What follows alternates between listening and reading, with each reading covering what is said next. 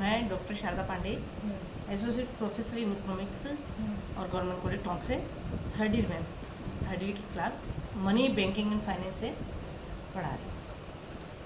First हम लेते हैं what is money. What is money means money is an economic unit that functions as a generally recognized medium of exchange for transaction purpose in an economy. Money provides the service of reducing transaction cost, namely the double coincidence of funds.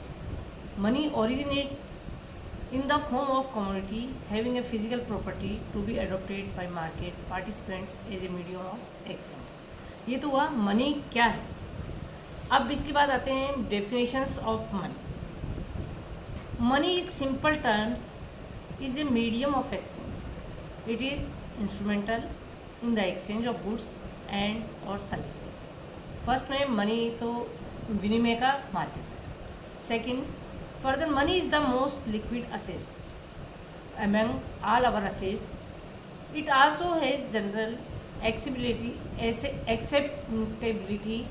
as a means of payment along with it's liquid nature, अर्थात ये तरलता के रूप में पाई जाती है। इसको जैसे चाहे वैसे यूज़ कर सकते हैं, जब चाहे जैसे यूज़ कर सकते हैं, इसीलिए इसको लिक्विड नेचर बोला जाता है। थर्ड में आते हैं यूजुअली द सेंट्रल बैंक और government of a country creates and issues monies, अर्थात किसी भी देश का केंद्रीय बैंक या प्रमुख बैंक जो होता है वह मनी का मुद्रा का प्रतिपादन करता है, निर्गमन करता है। Also called cash money. This is a legal tender and hence there is a legal compulsion on citizens to accept it. ये आपको चित्र दिखाई जा रहा है यहाँ पर कि इसमें मुद्रा 100 रुपये वाली मुद्रा दिखाई जा रही है। 100 के नोट ये भारतीय मुद्रा की मुख्य पहचान। नेक्स्ट, फंक्शंस ऑफ मनी, अर्थात मुद्रा क्या क्या कार्य करती है। There are many statistic and dynamic functions of money as follows. बहुत सारे स्थितिक और गत्यात्मक दोनों ही प्रकार के कार्य जो मुद्रा द्वारा संपादित किए जाते हैं। पहले स्टैटिक फंक्शन पढ़ते हैं। स्टैटिक फंक्शंस ऑफ मनी, अर्थात स्थितिक कार्य क्या है।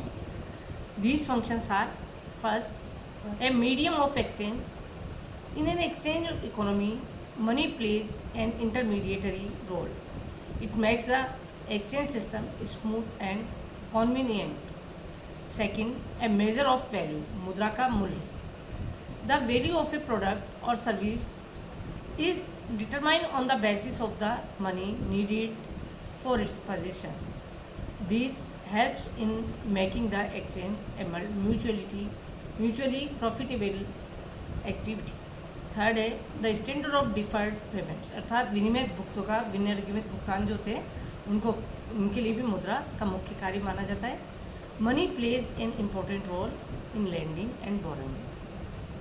Money is taken as loan and repaid after a time limit, अर्थात मुद्रा को लिया जा सकता है ऋण के रूप में और इसका एक समय अंतराल के बाद इसका भुगतान किया जा सकता है।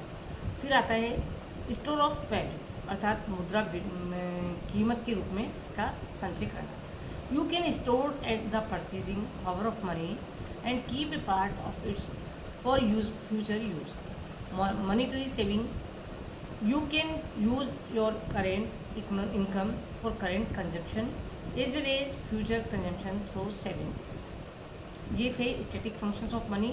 अब नेक्स्ट आते हैं डायनेमिक फंक्शंस ऑफ मनी। इसमें वो कार्य हैं जो मतलब बदलते भी रहते हैं थोड़े थोड़े।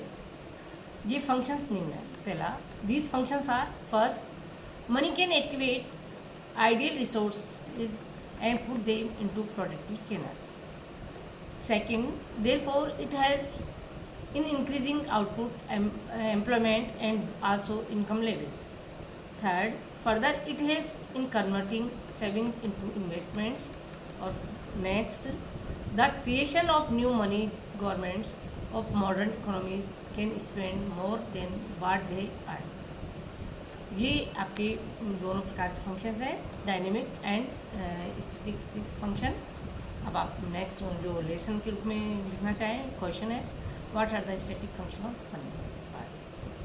थैंक्स।